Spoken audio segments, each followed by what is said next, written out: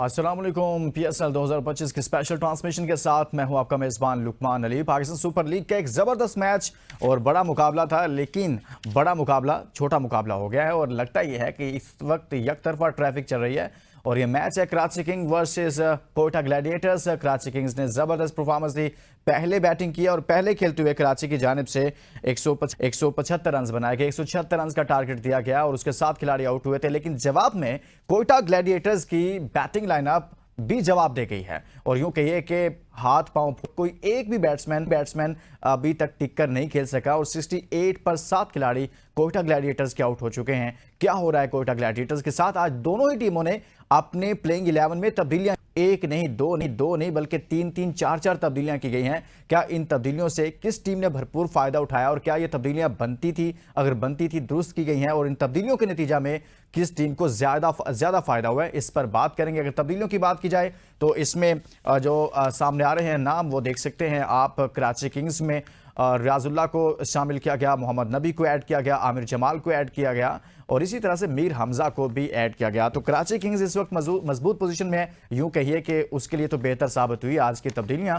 और साथ में दूसरी जानिब देखा जाए तो बहुत सारी बात हो रही थी ख्वाजा नाफे पर, लेकिन वो शामिल किए गए आज कोयटा ग्लैडिएटर्स में। शुएब मलिक को ड्रॉप किया गया लेकिन वो कोई अच्छी परफॉर्मेंस नहीं दे पाए। एबर्ट को शामिल किया गया, अली माजिद को शामिल किया गया। तो ये एक तरफ 4 तब्दीलियां की गई और दूसरी तरफ 3 तब्दीलियां की गई। इसी पर बात करेंगे कि आज सब कुछ कैसे चल रहा है मैच और कौन अब मैच में ज्यादा मजबूत है और क्या हो सकता है, क्या वाकई में हाथ से इस वक्त मैच निकल चुका है। हमारे साथ मौजूद है, हमारा पैनल स्टूडियो में मौजूद है हसनैन लियाकत। हसनैन बहुत बहुत शुक्रिया आपका। उनके साथ तशरीफ रखते हैं शाकिर अब्बासी साहब। शाकिर बहुत शुक्रिया आपका भी।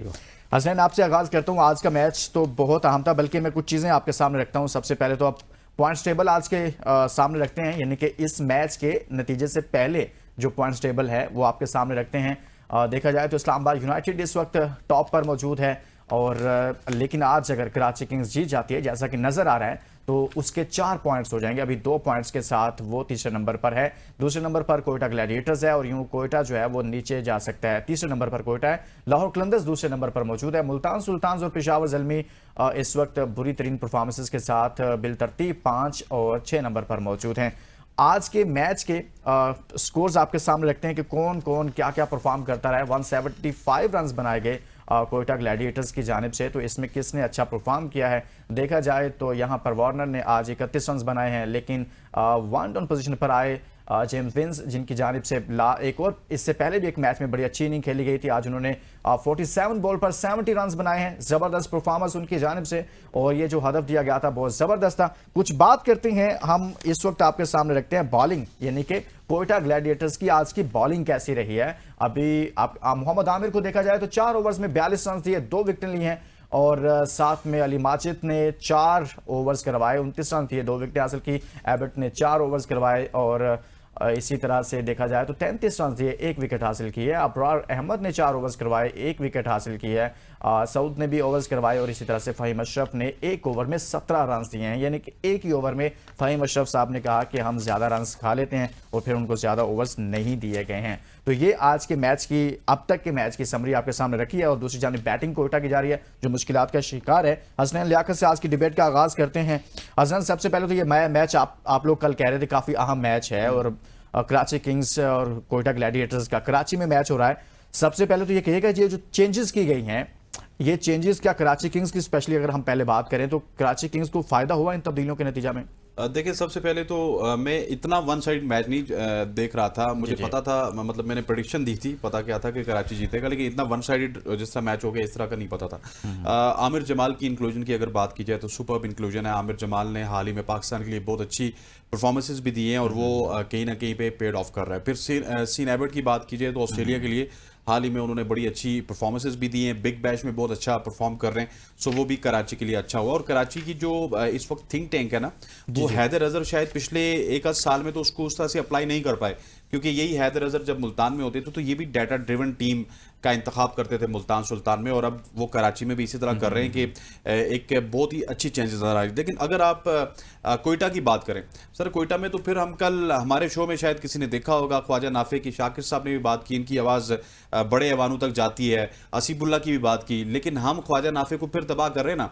जिस तरह से बाबर आजम और मोहम्मद रिजवान ओपनिंग करते करते आपके कितने टैलेंट को उन्होंने तबाह आप किया। कह रहे हैं कि उनको शामिल किया था तो उनको उनके नंबर पर मेरी बात सुनिए, सऊद शकील क्या आप समझते हैं कि कौमी टीम में ओपनिंग की पोजीशन पे खेल सकते? किसी जमाने में नहीं खेल सकते ना। ऑलरेडी हम डिबेट कर रहे हैं कि बाबर रिजवान को वापस लाया जाए या फिर साइम और फखर को। साइम फखर वहां पे मौजूद है, लेकिन एक आप सऊद शकील के लिए ख्वाजा नाफे की ओपनिंग स्लॉट को आपने कुर्बान किया, वो चौथे नंबर पे आया, वो 3 गेंद खेल के आउट हो गया। सो मसला यह है कि टैलेंट को किस तरह से तबाह करना है, क्योंकि पाकिस्तान टीम से सीखे, क्योंकि हमारी फ्रेंचाइजी से सीखे, जहां पे एक शख्स के लिए, एक कप्तान के लिए आप पूरे के पूरे पाकिस्तान के टैलेंट को तबाह करते हैं। यार ख्वाजा नाफे अभी 22-23 साल का लड़का है, उसे पाकिस्तान को सर्व करना है, उसकी जो पोजीशन है उस पर तो खिला दो यार। चलो आप ओपनर नहीं खिलाते हो, वन डाउन खिला दो, आप उसको आगे चौथे 5वें नंबर पे खिला रहे हो। पहले तो उसका नंबर फहीम अशरफ से थोड़ा सा पीछे था, लेकिन फिर उनको आगे भेजा गया। लेकिन अनफॉर्चुनेटली हम यंग टैलेंट को ग्रूम नहीं कर रहे हैं, उनको जाया कर रहे हैं। शाकिर, इस बात में कितना वजन है कि अगर आपने ख्वाजा नाफे को शामिल कर ही लिया था तो जो वो स्पेशलिस्ट ओपनर हैं,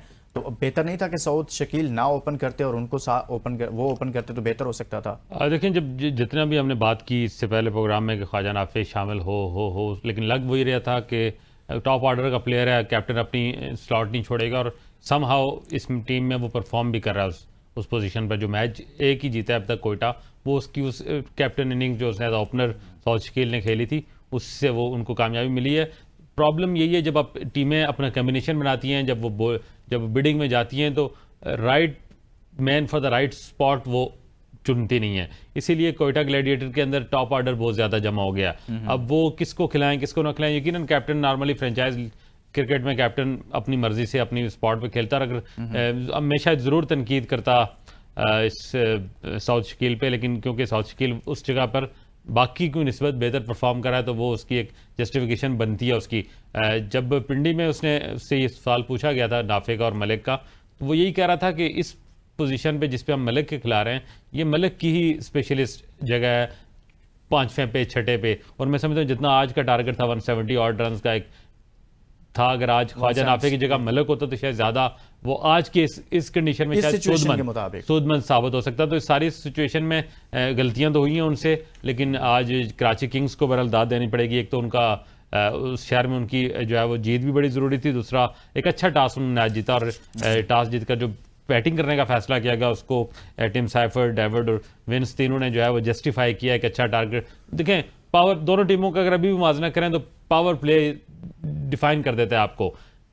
6 over 60 run 1 wicket Karachi king, 6 over 35-37 run और 5 विकेट, तो बस मैच खत्म हो जाता है। तो वो एक उनको थोड़ा ये लक रही जब उन्होंने पावर प्ले अच्छा यूटिलाइज कर लिया, फिर उसको वो जो मोमेंटम उनको मिला अभी तक उन्होंने उसको कैरी किया है। कोयटा ग्लैडिएटर के लिए ये बड़ी मतलब अफसोसनाक बात है कि अच्छी टीम जो पिछले टूर्नामेंट में जो है वो हम एक्सपेक्ट कर रहे थे कि वो बेहतर रहेगी, वहाँ भी नहीं कर सकी। तो इस बार उनका कम्बिनेशन लग रहा था कोई बेहतर बना है। रेले रोसो बहुत अरसे से उनके साथ खेल रहे हैं, वो भी कोई परफॉर्म नहीं करे। फिर ख्वाजा लगा था, ख्वाजा को लाए, वो भी चले गए। तो इस सारी सिचुएशन में कहीं ना कहीं हमें बहरहाल ये डग आउट करना पड़ेगा कि कहीं कोई मैनेजमेंट लेवल पे कोई जो तब्दीलियाँ हुई हैं, जैसा सरफराज को जो है वो रिप्लेस किया सऊद ने एज अ कैप्टन, और कोई मामला हैं, इसमें तो कोई मसला नहीं चल रहा। क्योंकि कोयटा ग्लैडिएटर की जो मैनेजमेंट है उसके बारे में हम हमेशा से कहते हैं कि कैसी मैनेजमेंट है इन सब टीमों में जिसका ओढ़ना बिछौना क्रिकेट था, उसकी उनकी एक 30-40 साल की लेगेसी है कराची के अंदर क्रिकेट की। इस सारी सूरत हाल में उमर एसोसिएट का वो जो एक लेगेसी कोयटा में आई थी,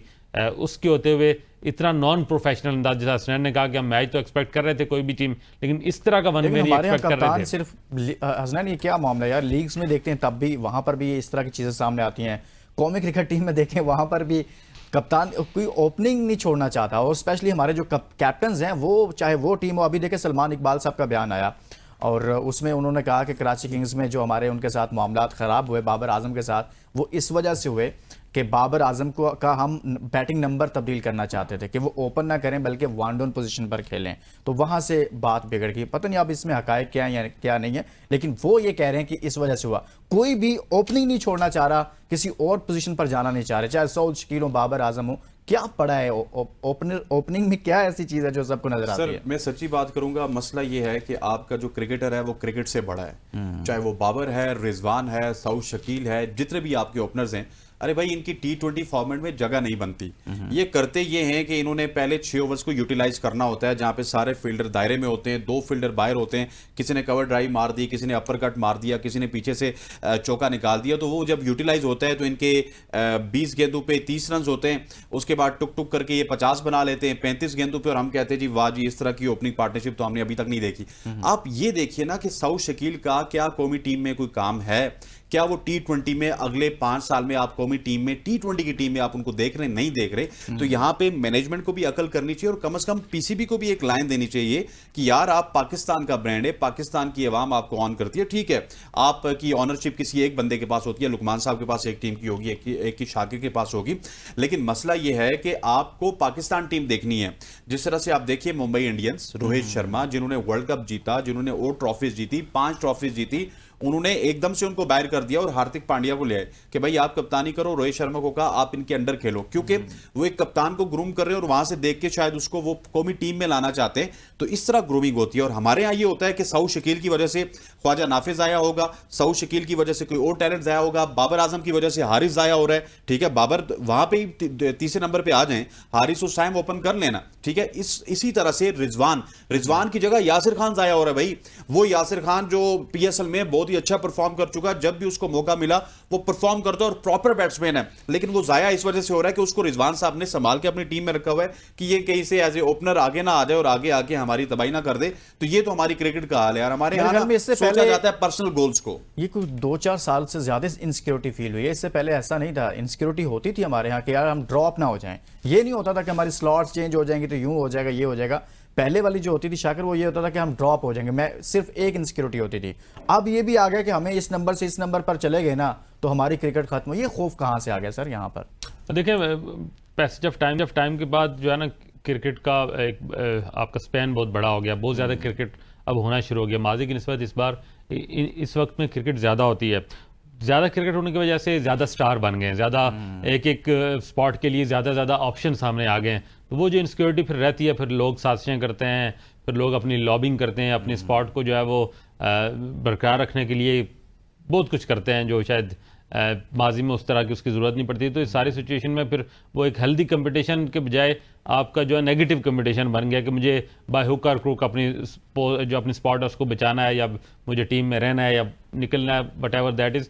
तो ये पोजीशन इसलिए ख़राब हो गई है। लेकिन मैं समझता हूँ कि अभी भी जो टीमें प्रोफेशनल अंदाज में खेल रही हैं, जिनका थिंक टैंक स्ट्रॉन्ग है, जिस तरह हम इस्लामाबाद यूनाइटेड की बात करते हैं, तो वो कहीं ना कहीं अपने प्लेयर्स को काबू करके, अब कहीं ना कहीं अपनी अच्छी सिलेक्शन करके वो अपना स्टैंडर्ड ऑफ क्रिकेट बरकरार रखे हुए हैं। जो टीमें प्रोफेशनली कमज़ोर हैं, जो स्टारडम पे चली गई हैं, जिन्होंने तकिया कर लिया है कि बस बड़े 1-2 प्लेयर लेकर खेलना है। एक सवाल ले लें कि आप क्या समझते हैं कि कोयटा ग्लैडिएटर्स ने आज बॉलिंग बुरी की है और ये टारगेट ज्यादा था, इस वजह से शुरू में दबाव में आ गई, या टारगेट तो एक मुनासिब टारगेट था, ये तो अचीव किया जा सकता था? मेरा ख्याल है इस विकेट पे, क्योंकि स्लो विकेट थी, इस विकेट पे इतना जो है वो टारगेट गेटेबल था अगर सेंसिबली खेलते, लेकिन विकेट को प्रॉपर रीड नहीं किया गया और नबी जो है वो आज उनके लिए अनप्लेबल बने हुए थे। देखें ना 4 ओवर में 5-6-7 रन दे के उसने जो है वो टीम को एक साइड पे बिल्कुल ले गया सारा। और मैंने वो देखा है कि कोयटा ग्लैडिएटर के जितने भी प्लेयर आउट हुए हैं उन्होंने अपनी स्लो विकेट पर रश किया,